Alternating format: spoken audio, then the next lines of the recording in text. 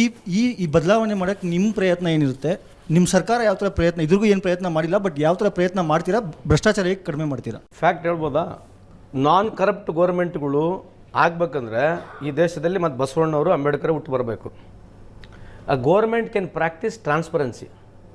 The more transparency, more accountability ತಂದಾಗ, ಸಿಸ್ಟಮ್ನಲ್ಲಿ ಅಜಿತಿಗೆ ನಮಗೆ ಟ್ಯಾಂಪರಿಂಗ್ ಮಾಡ್ಲಾರಕ್ಕೆ ಚಾನ್ಸ್ ಬಿಟ್ಟಾಗ, then only there is a definite absolute transparency ಆಗುತ್ತೆ.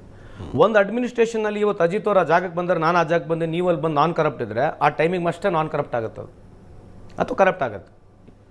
If you are very non corrupt officer, ಆ ಟೈಮಿಗೆ ಮಾತ್ರ ನಾನ್ ಕರಪ್ಟ್ ಆ ಫೈಲ್ ಇರ್ಬೋದು ಅಷ್ಟೇ. ನೀವು ಹೋದ್ಮೇಲೆ ಇನ್ನೊಬ್ಬನು ಬರ್ತಾನೆ, if you wants to practise corruption, you can practise corruption. If people want to debate on this firm, as we can have. Corruption ಮಾಡಲಿಕ್ಕೆ ಎಲ್ಲರಿಗೂ ಅವಕಾಶ ಎಲ್ಲ ಪೊಲಿಟಿಕಲ್ ಪಾರ್ಟಿ ಬಂದಾಗ.